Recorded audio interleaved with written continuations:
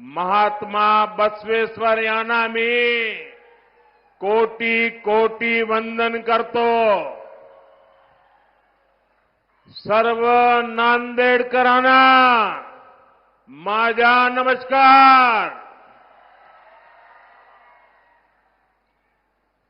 मैं मराठवाड़ा की धरती से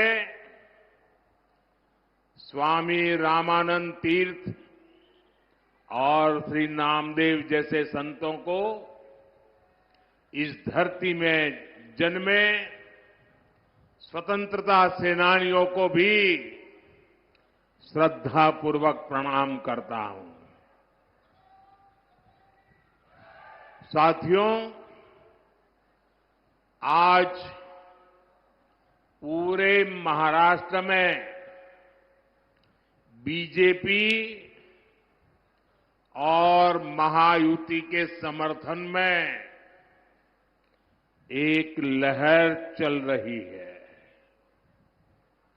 आज हर किसी की जुबान पर एक ही नारा है, भाजपा महायुति आहे तर गती आहे, महाराष्ट्राची प्रगती आहे। ये सज्जन कुछ फोटो लेके आए हैं, ये फोटो ले लीजिए भाई। मुझे देने के लिए लाए हैं कि दिखाने के लिए लाए हैं? देने के लिए लाए हैं। जरा सिक्योरिटी के लोग वो फोटो ले लीजिए, मुझे पहुंच जाएगा। मैं आपका आभारी हूं। हां, दे दीजिए इनको।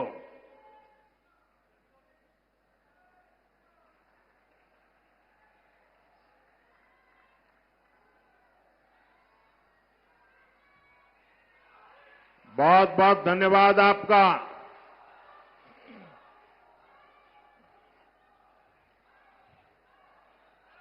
साथियों, आज देश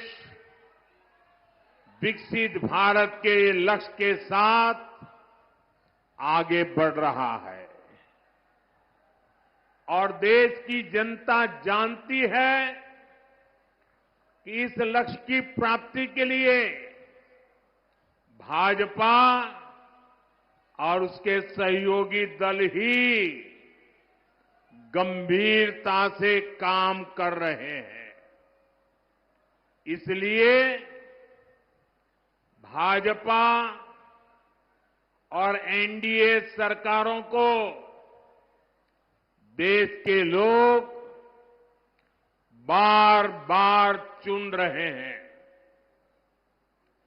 केंद्र में देश ने लगातार तीसरी बार एनडीए को सेवा का मौका दिया है,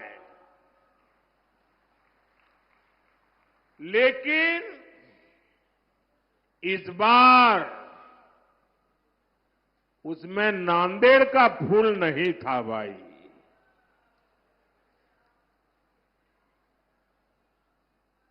क्या इस बार नांदेड़ का फूल भी पहुंचेगा दिल्ली? पक्का पहुंचेगा। देखिए, आज मैं डबल ड्यूटी कर रहा हूं। एक तो मैं मोदी के लिए भी मदद मांग रहा हूं और दूसरा महाराष्ट्र के उज्जवल भविष्य के लिए भी आपसे आशीर्वाद मांगता हूं।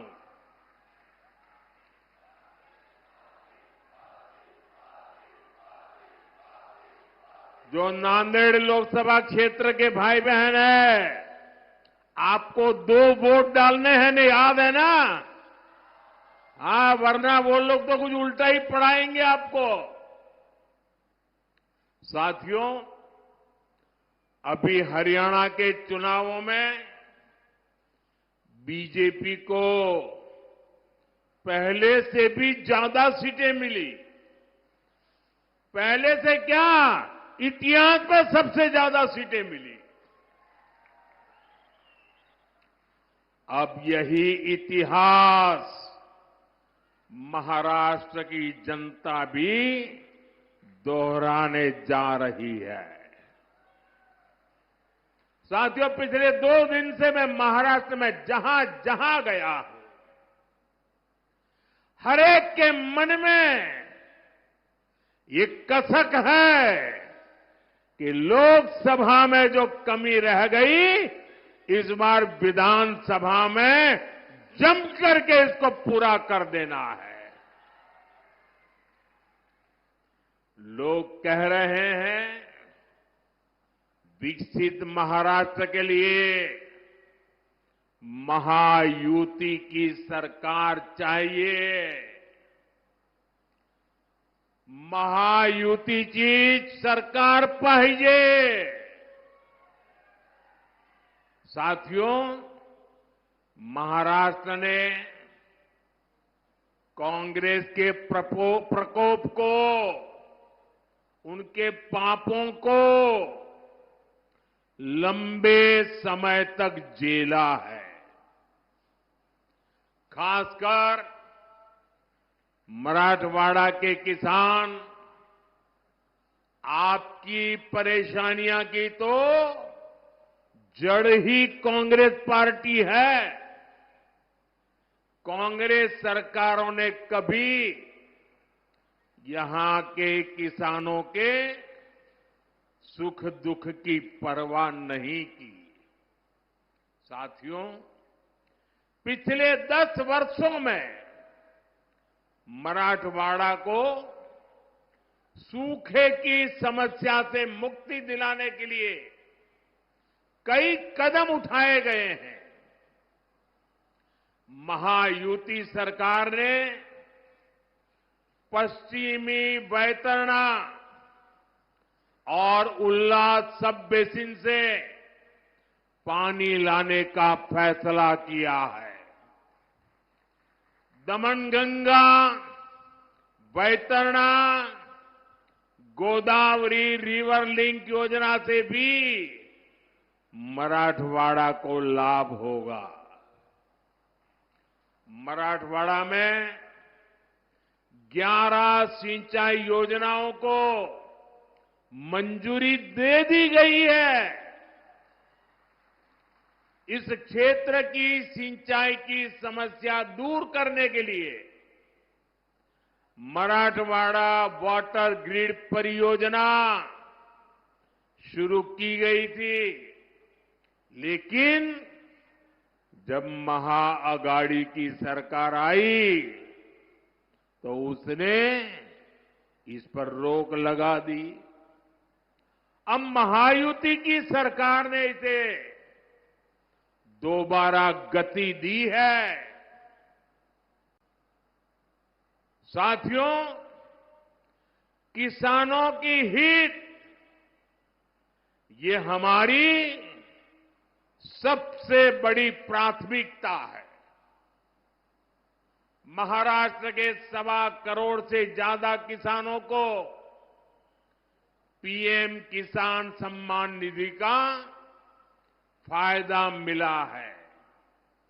नांदेड़ में 5 लाख से ज्यादा किसानों के खाते में, मैं सिर्फ नांदेड़ की बात कर रहा हूं, लगभग 1,500 करोड़ रुपए भेजे हैं।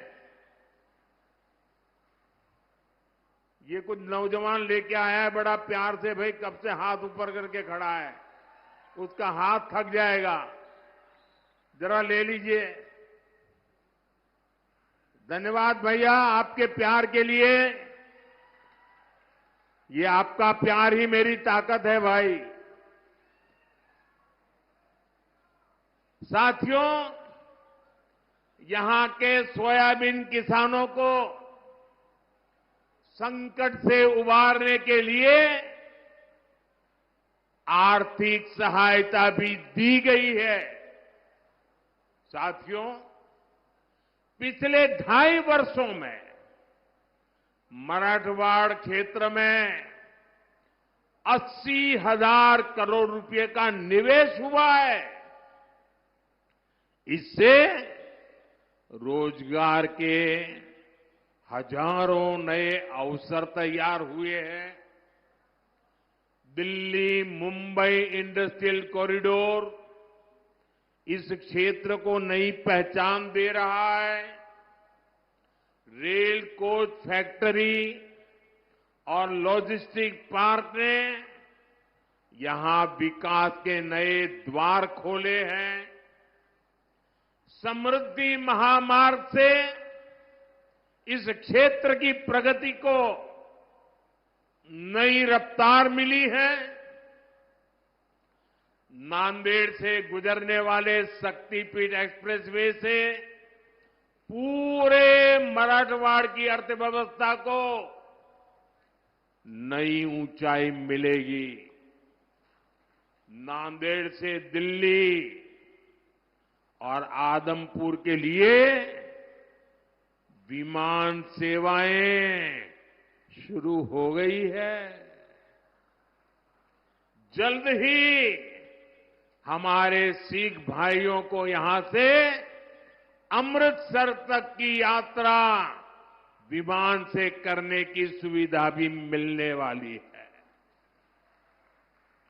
साथियों, पिछले 10 वर्षों में हमारी सरकार की ज्यादातर योजनाओं के केंद्र में नारी शक्ति रही है।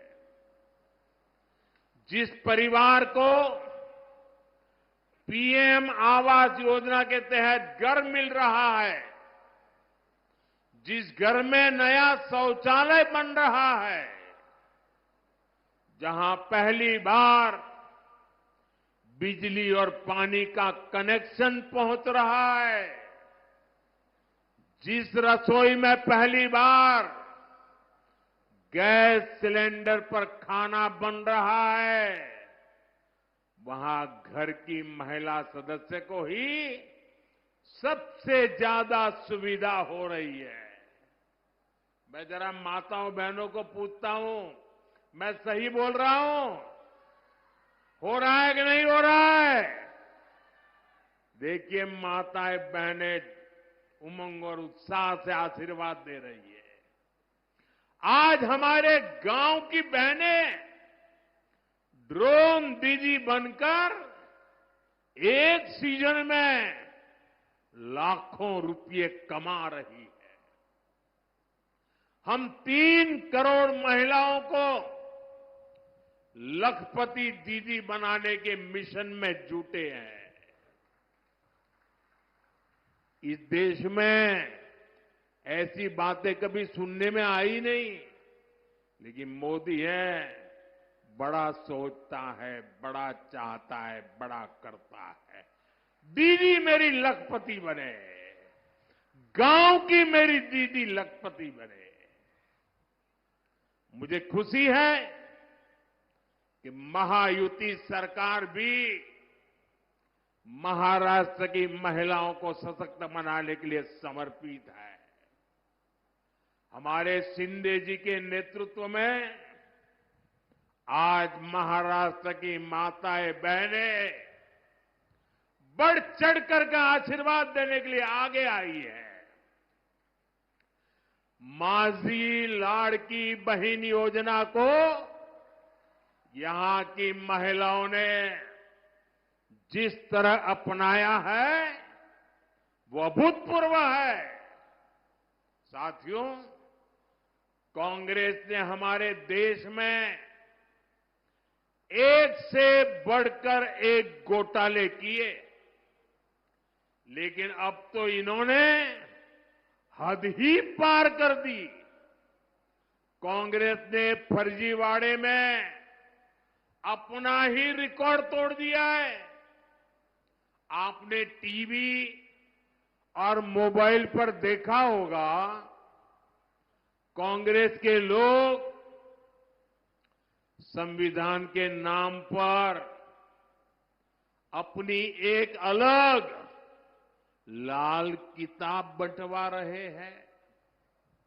कांग्रेस की लाल किताब पर ऊपर तो लिखा है भारत का संविधान, लेकिन लोगों ने जब भीतर से खोला तो पता चला कि लाल किताब कोरी है, सारे पन्ने कोरे, उसमें बाबा साहब के संविधान का एक शब्द भी नहीं लिखा है। ये उनकी बाबा साहब के प्रति जो नफरत है ना, उसका ये नमूना है। और देख, पूरा देश ये देख करके हैरान है कि चुनाव में इतना झूठा करने की इनकी हिम्मत। संविधान के नाम पर लाल किताब छपवाना, उसमें से संविधान के शब्दों को हटाना, ये संविधान को खत्म करने की कांग्रेस की पुरानी सोच का नमूना है। ये कांग्रेस वाले देश में बाबा साहब का नहीं, अपना अलग ही संविधान चलाना चाहते हैं। यही कोशिश इन लोगों ने आपातकाल के दौरान की थी, इमरजेंसी में की थी। अब अपनी अलग किताब छपवाकर ये संविधान का मजाक उड़ा रहे हैं। सच्चाई ये है कि कांग्रेस और उसके साथियों को बाबा साहब के संविधान से नफरत है।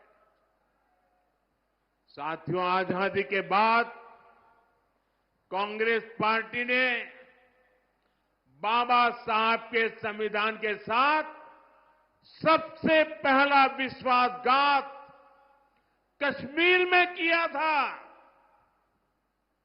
पूरे देश ने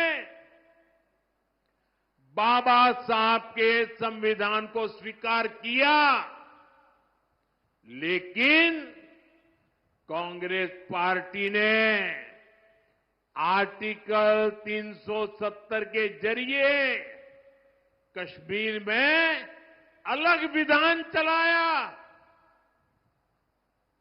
कश्मीर में हमारे तिरंगे की जगह अलग झंडा चलाया।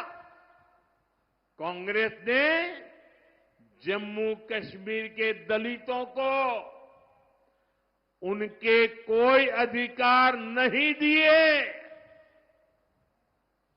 कश्मीर इतने दशकों तक आतंकवाद की आग में जलता रहा। कश्मीर में अलगाववाद फलता फूलता रहा। देश को पता भी नहीं चलने दिया। इस देश में 75 साल तक 2 संविधान चले और बाबा साहब के संविधान की बातें करते हैं। क्या बाबा साहब आंबेडकर का संविधान जम्मू कश्मीर में लागू होना चाहिए था कि नहीं होना चाहिए था? उन्होंने नहीं लागू होने दिया। 370 की दीवार बनाई थी।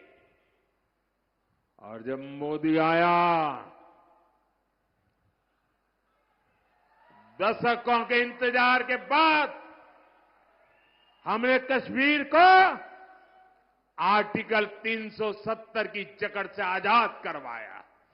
370 की दीवार को हमेशा हमेशा के लिए जमीन में गाड़ दिया है।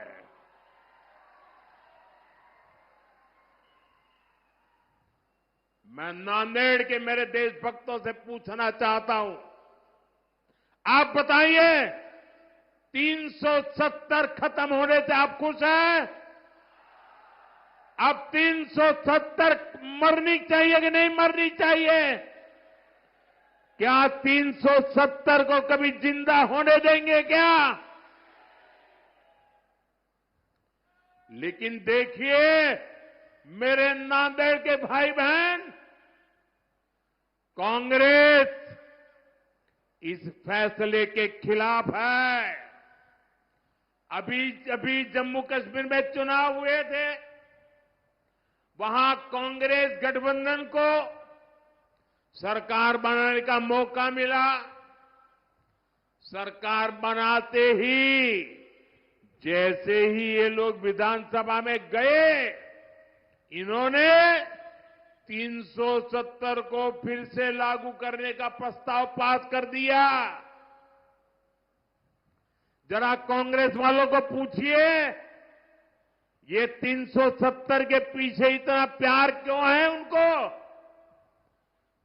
हमें जम्मू कश्मीर से प्यार है, उन्हें 370 से प्यार है। आप मुझे बताइए, जब से जम्मू कश्मीर से 370 हटा,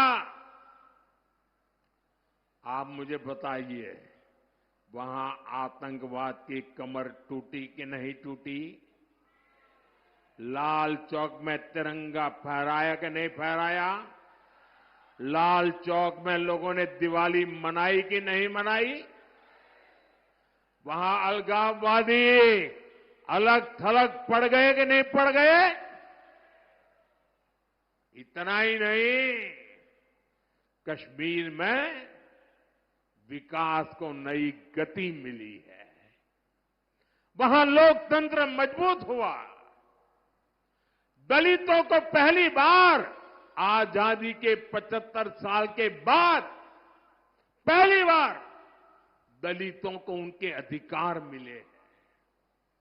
लेकिन इससे परेशान कौन हुआ? सबसे ज्यादा परेशान हुआ पाकिस्तान, और दूसरा कांग्रेस और उसके साथी। अब तक पाकिस्तान पूरी दुनिया में घूम घूम कर 370 बहाल करने की मांग कर रहा था। कोई उसकी सुनने वाला नहीं था। लेकिन अब कांग्रेस ने पाकिस्तान का एजेंडा जम्मू कश्मीर विधानसभा के भीतर चला दिया है। क्या कोई भी देशभक्त, कोई भी मेरा मराठी मानुस ऐसी कांग्रेस को माफ कर सकता है क्या? मुझे पूरी ताकत से हाथ ऊपर करके जवाब दीजिए। ऐसी कांग्रेस को माफ कर सकते हैं क्या? ऐसी कांग्रेस को माफ कर सकते हैं क्या? ऐसी कांग्रेस को सजा दोगे कि नहीं दोगे? इस चुनाव में उनको पराजित करोगे कि नहीं करोगे? उनको सबक सिखाओगे कि नहीं सिखाओगे? कांग्रेस वाले जरा देख लो, ये महाराष्ट्र के स्वाभिमानियों की धरती है। महाराष्ट्र ये देश पर मर मिटने वालों की धरती है। जो लोग राजनीति के लिए इस स्वाभिमान से समझौता कर रहे हैं, जो लोग बाला साहब ठाकरे की विरासत के साथ धोखा कर रहे हैं, उन्हें महाराष्ट्र के लोग जरूर सबक सिखाएंगे। साथियों, बीते कुछ दशकों से देश में कांग्रेस का जनाधार लगातार तार तार हो रहा है, कम हो रहा है। इसकी सबसे बड़ी वजह है एससी समाज की एकजुटता, दलित समाज की एकजुटता, एसटी समाज की एकजुटता, आदिवासी समाज की एकजुटता, ओबीसी समाज की एकजुटता। आजादी के बाद जब तक एससी, एसटी, ओबीसी अलग अलग जातियों में बटे रहे, कांग्रेस मजबूत रही, केंद्र में सरकार बनाती रही, कांग्रेस की राजनीति को सूट करता है कि ओबीसी समाज की जातियां आपस में लड़ती रहे।